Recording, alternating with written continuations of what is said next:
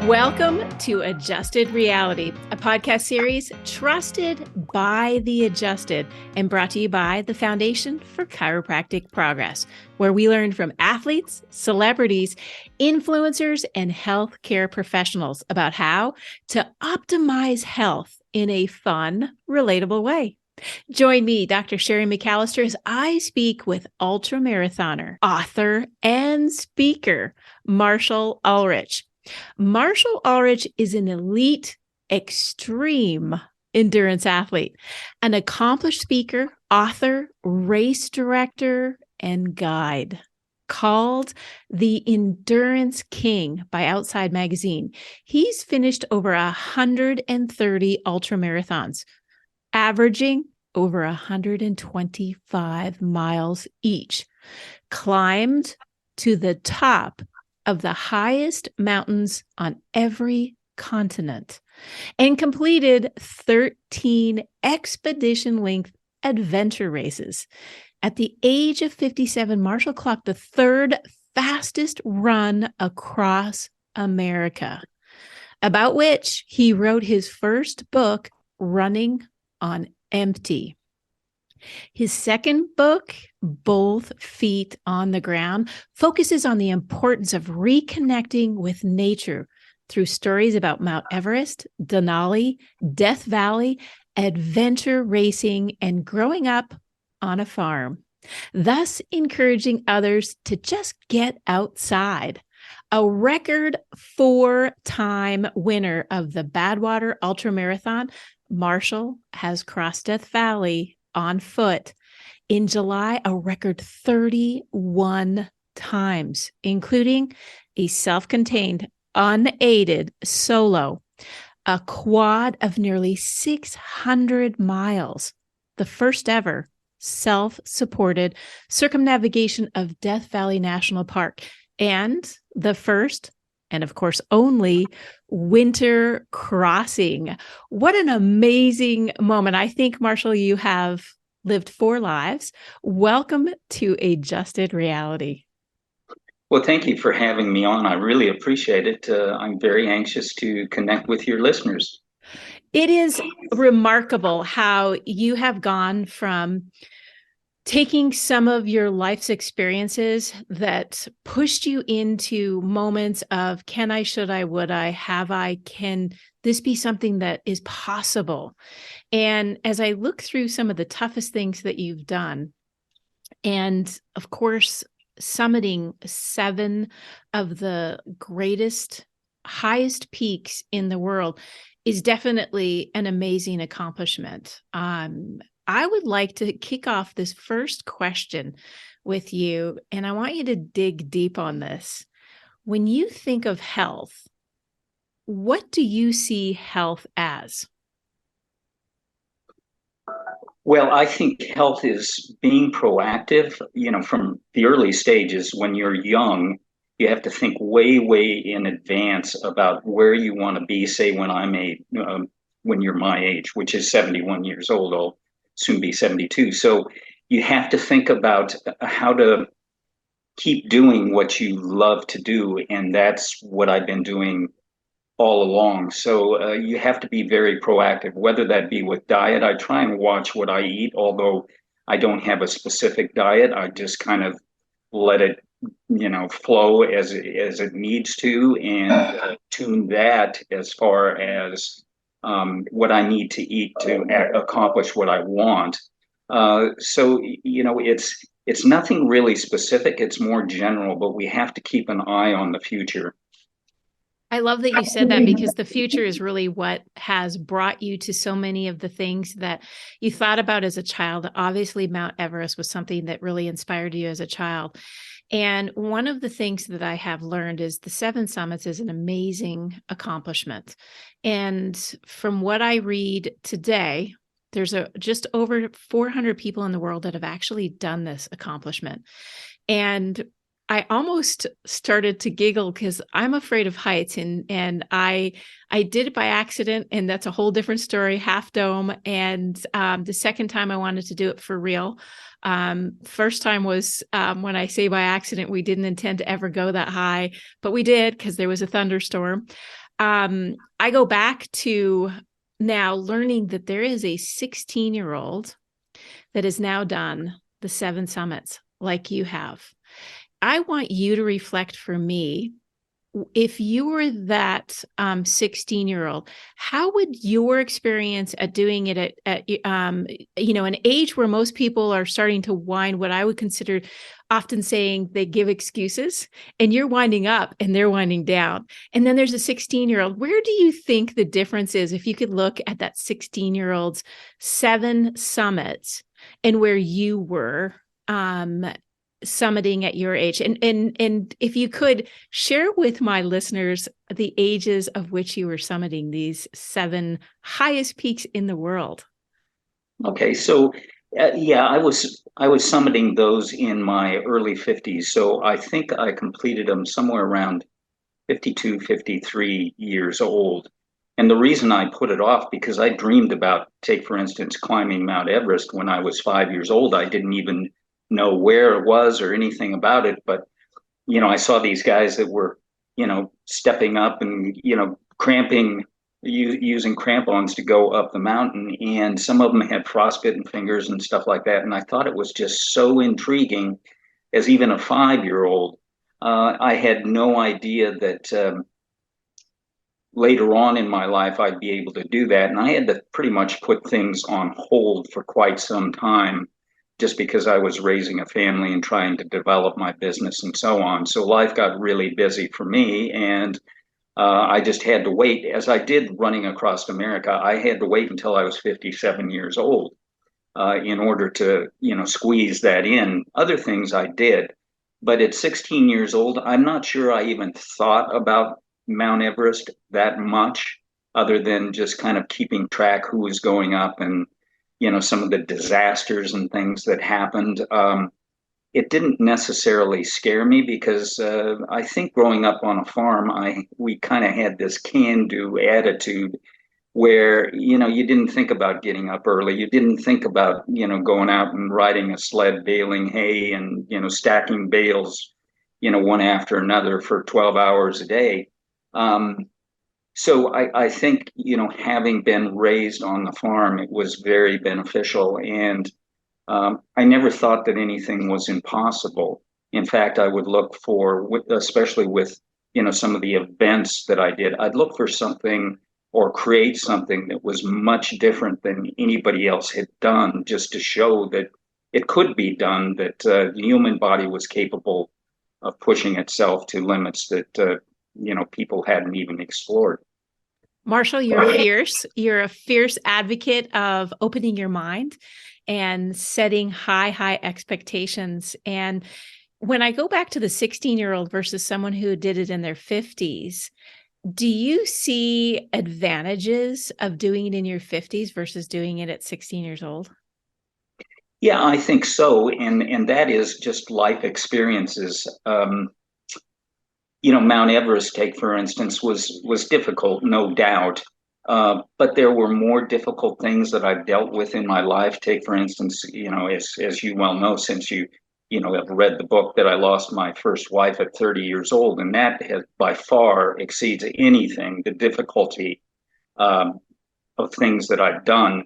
But it also kind of made me even a little more fearless, because I always felt like, here I am right now, and I've lived more than 40 years than she has and been able to do just wonderful things in my life. And so I thought, I'm just going to pull the plug on everything and just go out and do anything and everything that I'd like. And it's not like I'm staring danger in the face and I'm not careful about what I'm doing, but I wanted to squeeze everything that I could out of life, because we don't know how long we're going to live.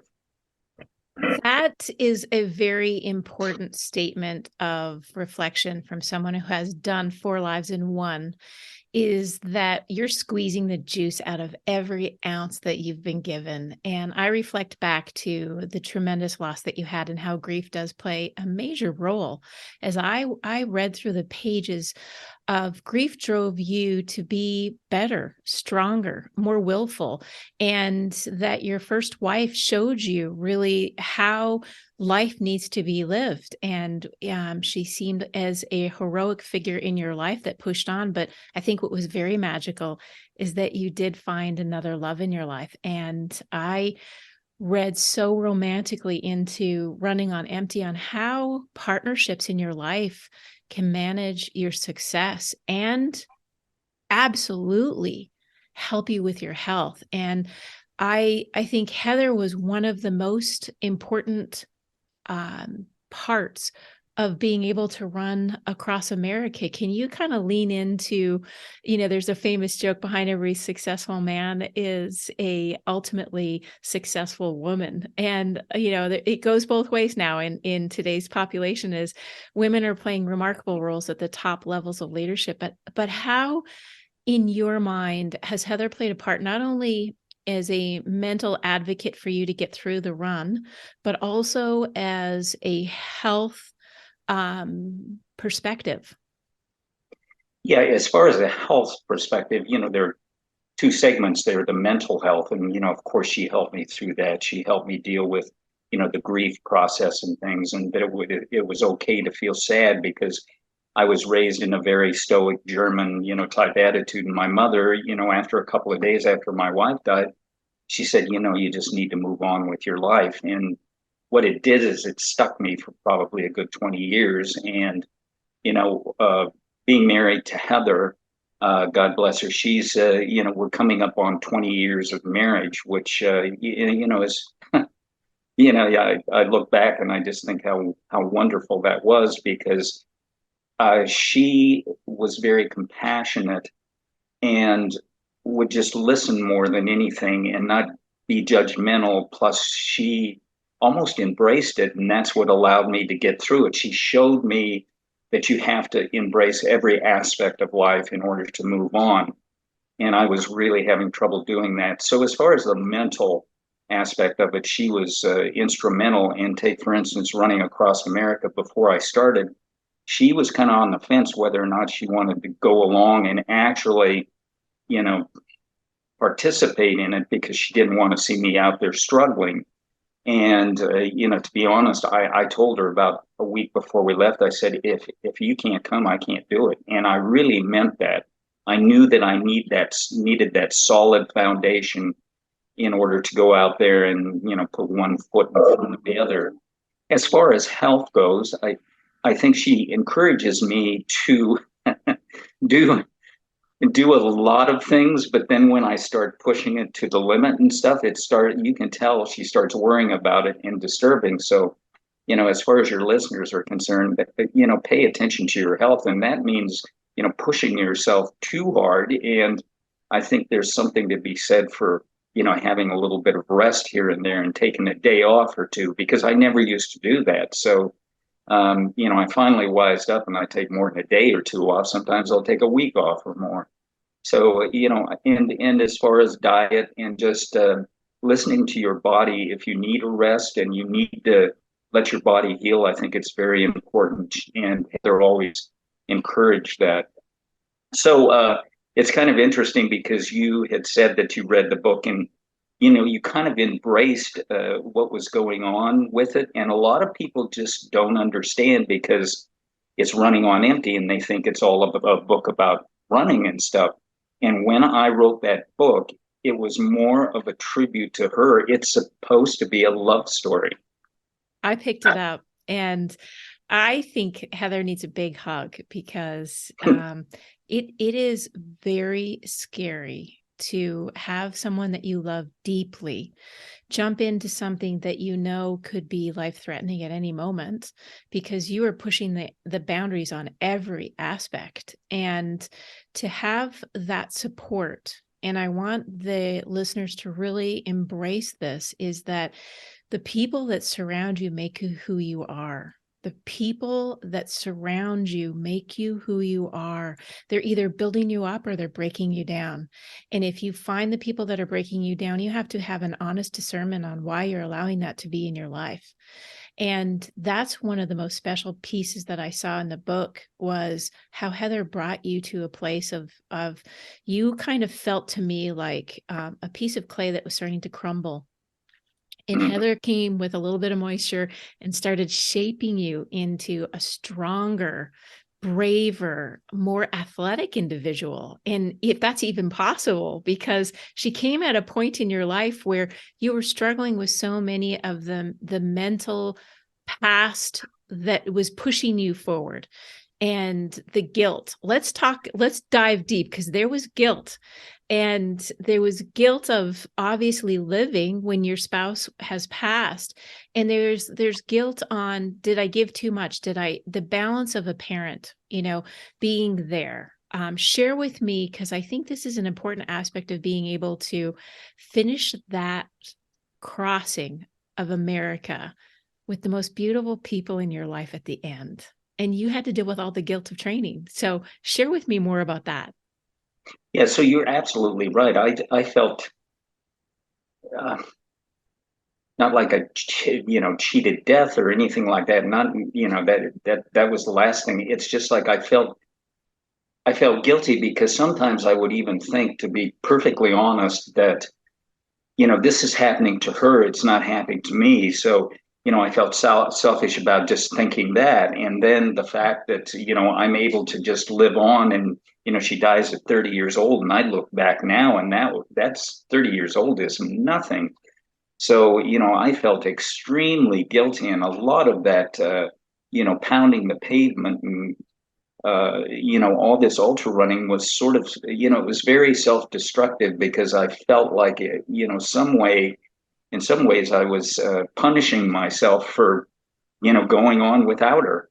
So it's bizarre how the mind thinks, and sometimes it can be very destructive. And I think we have to really, and we can't help how we feel, um, but I think we have to gain a perspective, and that's where the friends enter the picture, and somebody to talk to, such as my wife, such as a friend or something like that. They can help you, pull yourself up by the bootstraps, and get out of that funk that you're in, and give you a chance to sort through it and get some reality and some perspective on things. So I don't think I've answered your question. I just kind of touched upon it. I think you answered it quite beautifully, because you're bringing in the essence of why you actually moved to the run across America. I want you to talk about some of the people that touched your life that you actually gave tribute to, because as our listeners, there is a lot of reality to pain and grief and sadness, and that you do have to embrace it, and we have to grow through a lot of it. And Marshall, if there's one person's book I've read in the last 2 years, it's how much you grew through the experiences that you took. But can you share, because there was some very, very deeply touching people that you crossed with over the course of your trip across America, that unfortunately had some very tragic experiences.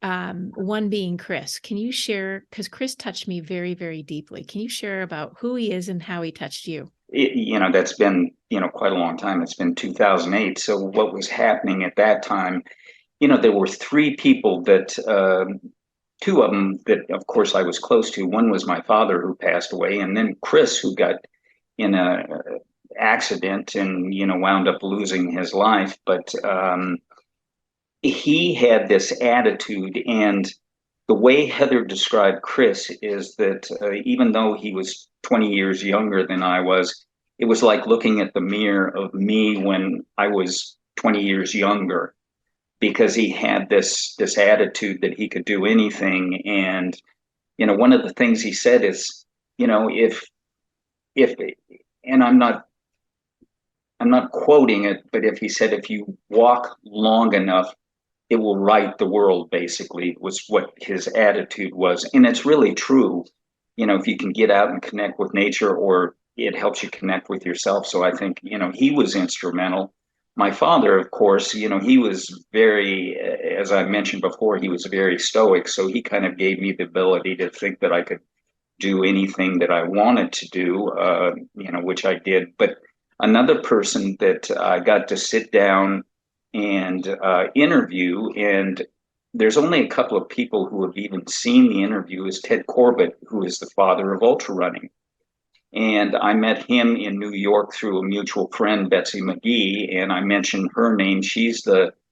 Um, she's sort of my mentor in the book, the female version, and she introduced me to Ted, and I sat down and talked to him, and he was in his 80s, and what an amazing man he was.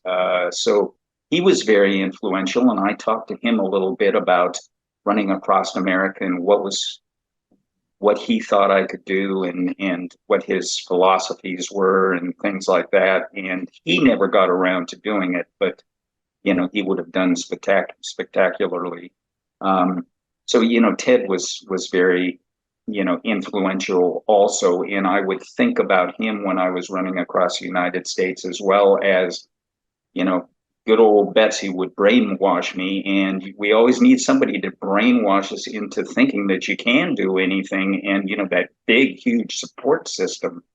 And she was where she'd tell me stories of Merlin and stuff like that, and how the badger would go out there and dig and dig and dig. And so anytime I was kind of down in the dumps running across America, I would just think to myself, let's just keep it simple and think that you're like a badger out there digging, and that's the purest form of life at the moment. So, just keep going out there and doing it. So those were a lot of the influential, people, as well as my wife. And then I'd be remiss if I did not mention my friend Mark Macy, who we did 8 or 10 of the, let's see, yeah, we did, I think, actually 9 of the Eco Challenge races. And those are long races for, the audience that don't know what those are. The most current one is out of Fiji, and it's called the world's toughest race. And it truly is, pretty tough race. There, 300-400 miles you have to navigate your way through. You've got to have, 4 companions do it with you, and you all have to finish the race, and it's multidisciplined. But Mark Macy, he was a mentor for me, and a lot of it had to do with he paid attention to his family. He was a lawyer. And so I would pay attention to him, as well as my friend Bob Ha, who was also on the team, who I raced a lot with, and those are lifetime friends. So, I think about the most important part of being able to do everything that I did was to associate with such extraordinary people, and be so privileged to be able to call them my friend. And sometimes I'd scratch my head, and I think I'm not really even worthy of hanging around with these guys. Um, so and maybe that's the way it should be. One of the things I like to say is, to myself, I like to remind myself that when I think I when I think I get myself in trouble, it's when I really start taking myself too seriously. So that's Yes. the gauge I use.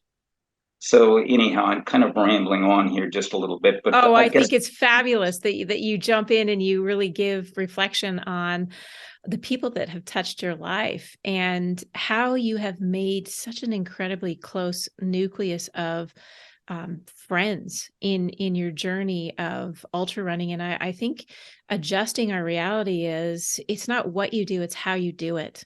And Mhm. that really makes a difference. It makes a difference because you become the person you are in 5 years down the road by the people you meet. And you met some incredible people. The books you read, you wrote the books, the 2 books. And I do truly love Both Feet on the Ground as well, because your head's in the stars and you put it as both feet on the ground. And if it's not the people you meet and the books you read, it's the places you go. And look at the places you've gone. What makes you a very special individual is because of your humbleness, and that you don't try to take yourself too seriously. And I think health comes from these moments of reflecting that you can push yourself to the limit with respect to the goals, but you also have people around you that can give you feedback on pulling in and pushing up. And I want to go into running across America, because there's a moment of I want to quit. I'm almost there, and your back hurts so bad. Low back pain is actually, according to the World Health Organization, one of the most disabling, unfortunate symptoms that decreases your quality of life. And low back pain also had been a part of Mark Macy, as you know, in the Eco Challenge. It was devastating. Talk to me about the low back pain that you suffered in your final moments, whether or not you're going to make it to the end, and what happened, what adjusted your reality to make it to the end.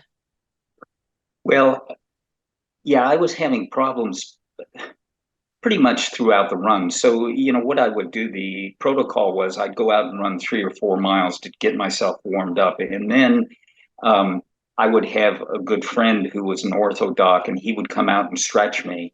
And that would help. And then, for the rest of the day, I was pretty good as long as I did that.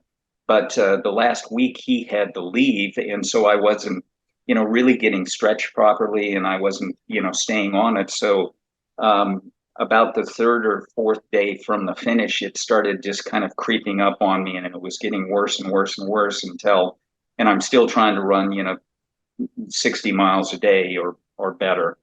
So the day before I finished, I had just finished, at 2 o'clock in the morning or something. I got into a bathtub and just tried to soak it out. And I knew that it was going to be almost impossible to finish because my back was cramping up. And I thought to myself, well, the worst case scenario is one way or another, I'll get there, whether it's on crutches or, if I have to literally, get some pads and, get on my hands and knees and just, do it that way. So, I was trying to get creative, and the friend that I was staying at lived just across, the river in New Jersey, Tom Triumph, and he said, I've got a chiropractor friend, and he's going to work on you in the morning, about, I can't remember what it was, 4 or 5 o'clock in the morning. It was very early. And I just thought, well, what have I got to lose? So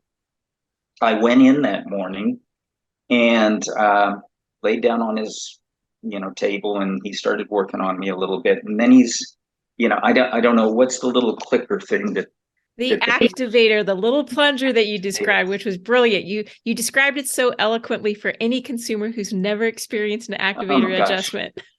Yeah. So he had, one of the little activators or something. And so he's over there clicking this and clicking that and, pushing and pulling. And I don't think he spent more than 20, 30 minutes or so. But I remember I got up off the table, walked down the stairs as his office was upstairs. And I turned to Heather and I said, Heather, it's almost like it's painless. I said, if things just keep going this way, I mean, I'll finish it easily. And you know what? My back did not bother me that last 40 miles running into New York City Hall. It did not bother me because of that chiropractor. I have to think, as you read as you were kind of on that table and thinking, what the heck is this thing that they're using? Is like, you're used to being bent into pretzel positions, as you called it, which, for chiropractic, we do put patients in specific positions to adjust them with what we call a high velocity, low amplitude thrust, which is quick and very much pain-free. But here you have this brand new technique, and you're in the middle of the most important run you've ever done in your life, and you trusted and you adjusted your reality to, like, I don't even get what this doctor's doing. I don't know what this pleasure is about. Is this even going to work? Like, is this really going to work? And every patient has that experience when they try something new. Is there's a question on, do you understand that I'm completing the most important moment of my life? Like Olympic athletes do it too. They got to get that moment of reflection, trust of that healthcare provider to get them back on the field or back on to the Olympic focused field. And there you were getting up, and that moment hit you. And that last 40 miles was rather epic for you when you think about your health. Oh, it was a joy. It was I can remember, we had permits, or I think we had permits. I'm not even sure how we did it, but to run right down Broadway through Times Square. And Obama was being elected that night, which I hadn't planned on. I was running about 3 or 4 days late because of things that just happened along the way. So we hadn't planned it at all. But here I am, running down, Broadway toward Times Square, and there are people cheering and everything. Of course, I'm thinking, oh yeah, they're cheering for me. Well, they weren't cheering for me at all.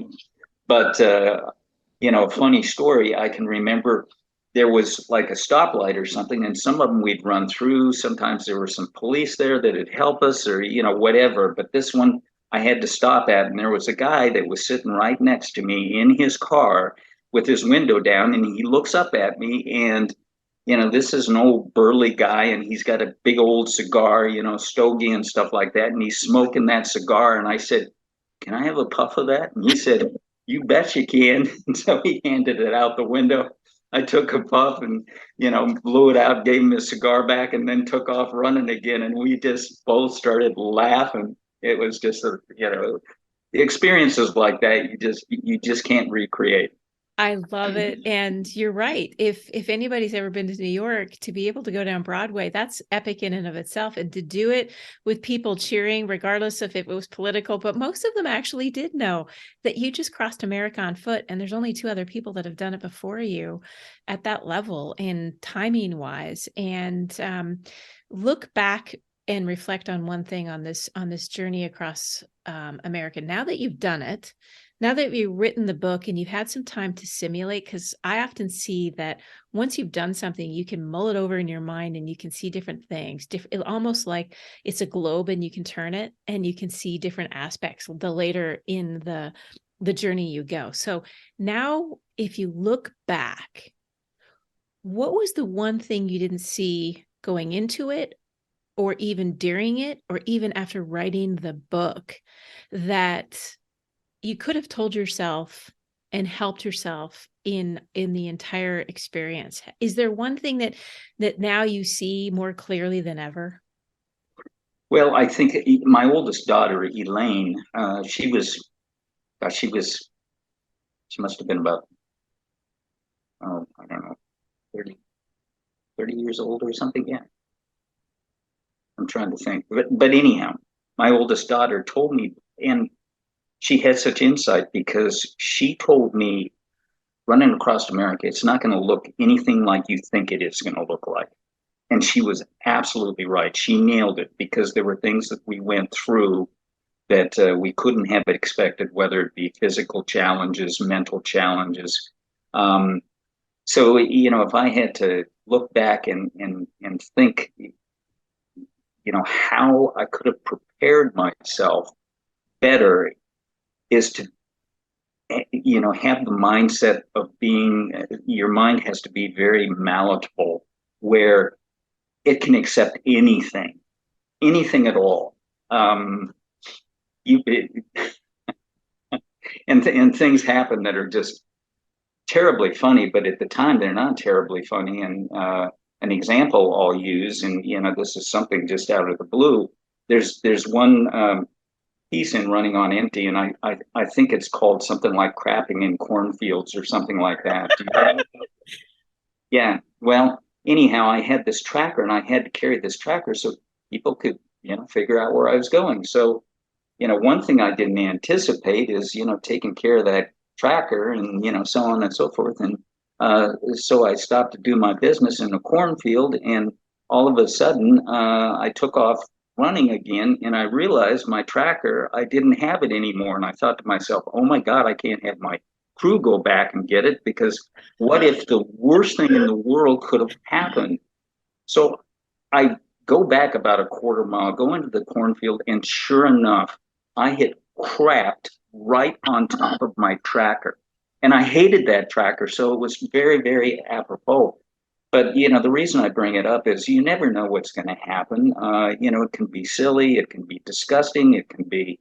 And if I were to tell somebody, expect to just be blown away by disgusting, joyous, a range of emotions that are heightened that you would never expect. I think that really has a lot to do with life in and of itself. And now I look back and I'm seeing that it's 3,063 miles, but really we should put the crapper in, which is 3,063.5. Yeah, that's right. That's right. Yeah. Oh, Yeah. Marshall, that's a really important story, because isn't it true that we all have those moments that really are the crapper moments? It's like, I don't know if I don't want that thing in my life. And now I have to go pick it out. It does give you a kind of a giggle, and it makes life kind of joyously celebrating that life has its great moments and it has its very difficult moments. And you kind of see it as it's part of the journey. And I'm grateful that you wrote the 2 books. Let's go back to recovery, because this is a big deal. Your injuries were real, and thank goodness that you had a healthcare team that was willing to support and ensure safety, because you clearly don't want to be doing anything that is life-threatening. And there were times where you thought, am I going to be able to finish, and getting MRIs and special studies.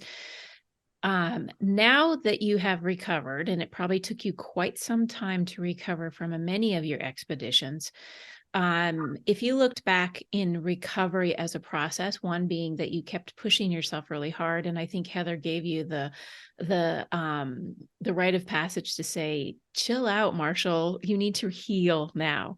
What's your recovery like now? Because you said you're in your 70s and you're still pushing yourself. I know that. And because I had the luxury of talking to Travis Macy recently, and you are still the go-getter.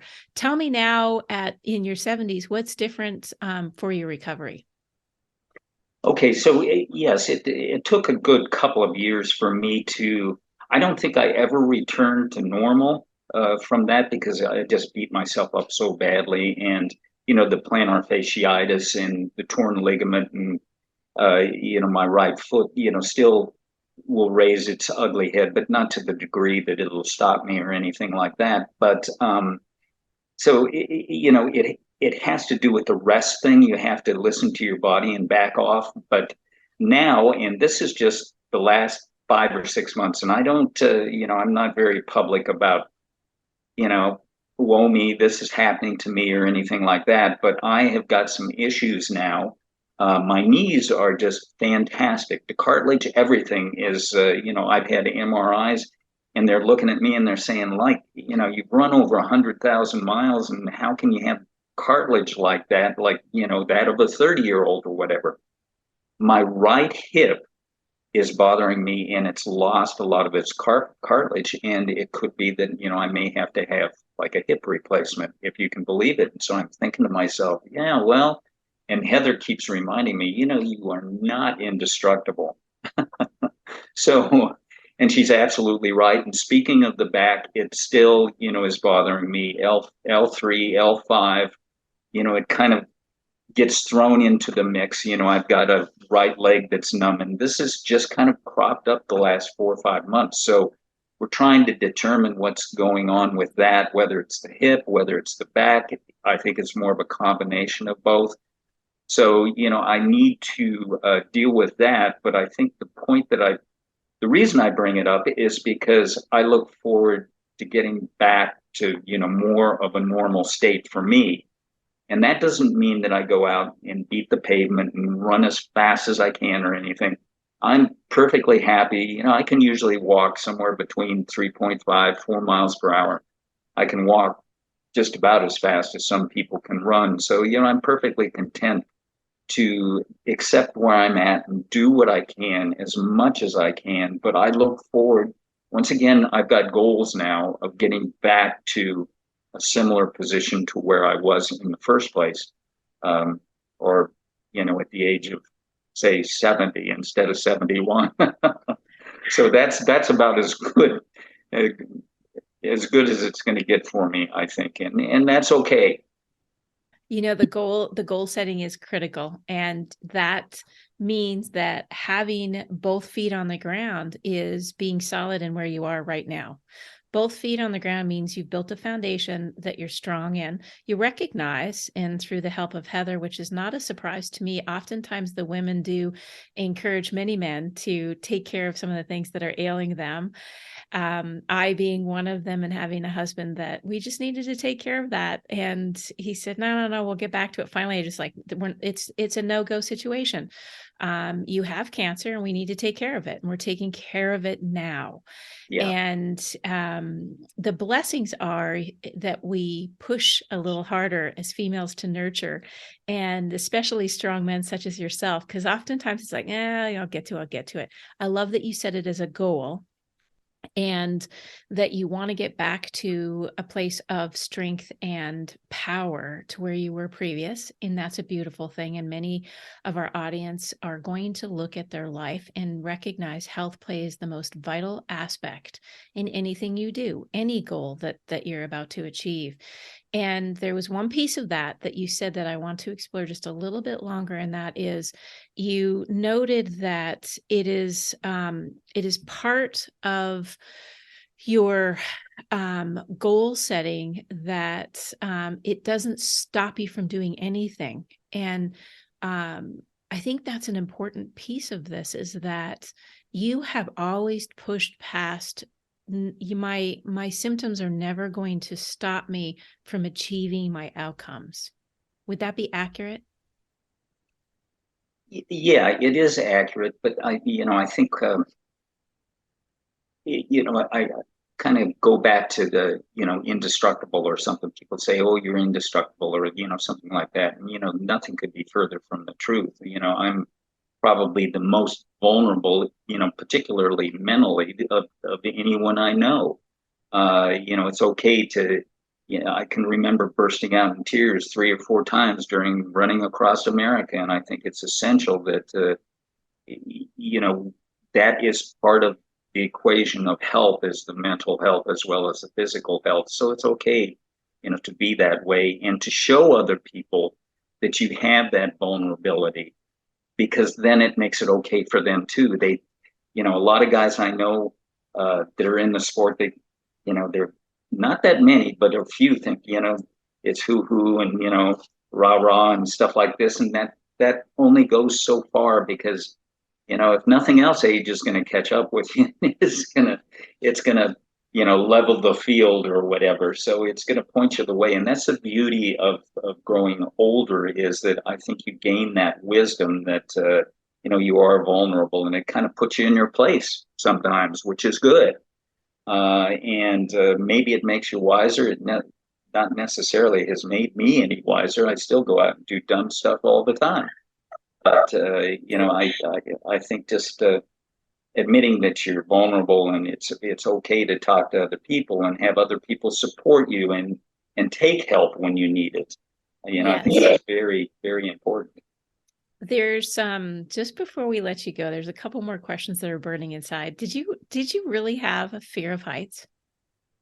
Yeah, you had mentioned that before. So one of the reasons I started adventure racing was because I had a fear of heights. When I grew up on a farm, we had a silo that was about 40, 50 feet tall, and I would climb up on these rungs and get to the top of it. And I was scared to death. So I was scared of heights.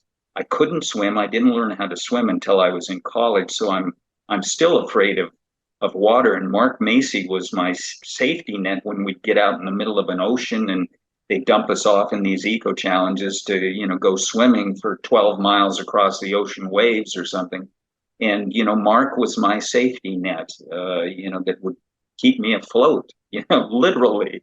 So, I had both those fears. And the reason I started adventure racing was to overcome those fears. Now, having said that, I have not overcome them, but I can put them in the correct perspective where, it's most likely it's not going to kill me. So, you just have to deal with those things. If, people think that they can't for instance, go out and run maybe a 5K, a 10K, 100-miler or whatever. And I think my trick for dealing with that is you have to kind of shut that noise in your head down and just go out and do it. Just as long as you get to the starting line, then I always thought to myself, you really don't have a choice. So, just now you have to go out and do it. So, it's like tricking yourself into thinking that it's going to be okay. You're tricking yourself that you can get to the top of Everest and you're afraid of heights. I think you're epic. I mean, let's go through the 7 summits just for the moment. You have a fear of heights and you said you didn't overcome it. There's 2 questions involved here. Number 1, which mountain was your favorite? And number 2, what would overcome look like? Because clearly in my mind you overcame it, but that's okay. It's your perspective. So first, which mountain is the favorite? And second, when you say I haven't overcome my fear of heights, what would overcome look like? Okay, so yeah, my favorite mountain I think is Kilimanjaro, and there's a couple of reasons for that. It has different ecosystems that are very distinct that you go through. There's 5 different ones. So, there's a lot of variety there. And then I love it that it's in Africa. It can be doable for, anybody who chooses to do it and really, concentrates. And then there's the aspect of, going on a safari afterwards. So you can do it all within 2 weeks. So if there was one mountain that I would choose, it would be Kilimanjaro. I do like Aconcagua also, and it's more because of the geological features, and it's teutonic as well as volcanic. And so, that's pretty rare also. So what was the other part of the question again? What would overcoming your fear of heights look like? Because you said you hadn't overcome it. Yeah, I think it looks like just as it is now. I think one of the, I'm big into tricks and stuff like that. You can't think about, that there's a 2,000 or 3,000 foot drop over on the right hand side of you. But what you can think about is you can divert that focus into taking care of yourself. And even more importantly, if you can divert it into, like, I can remember there was a couple of people on our team who were very scared. And I thought to myself, I can relate to that, so I can talk them down off the ledge, so I can put the focus on them and trying to help them get through it. And so I think that's the most important piece of the puzzle is, take the focus off of yourself and put it on to somebody else that you can help. And I think that goes a long way. Oh, that's really beautiful. It's beautiful in so many ways because in order to help yourself, sometimes it's through helping others. And Yeah.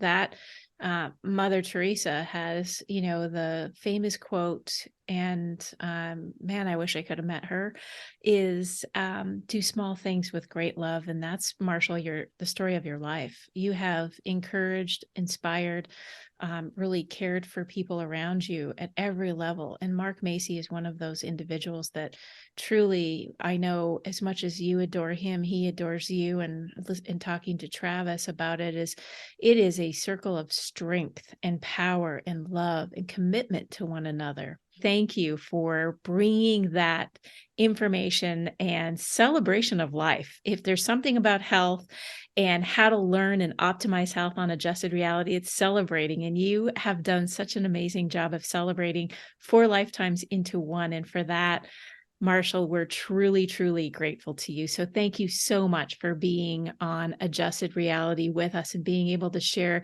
not only your triumphs, but also the unfortunate difficulties that life throws at us. Well, and thank you for having me. And I wish your listeners well. They have, most are probably a little bit younger than I am, and what a wonderful journey they're going to have.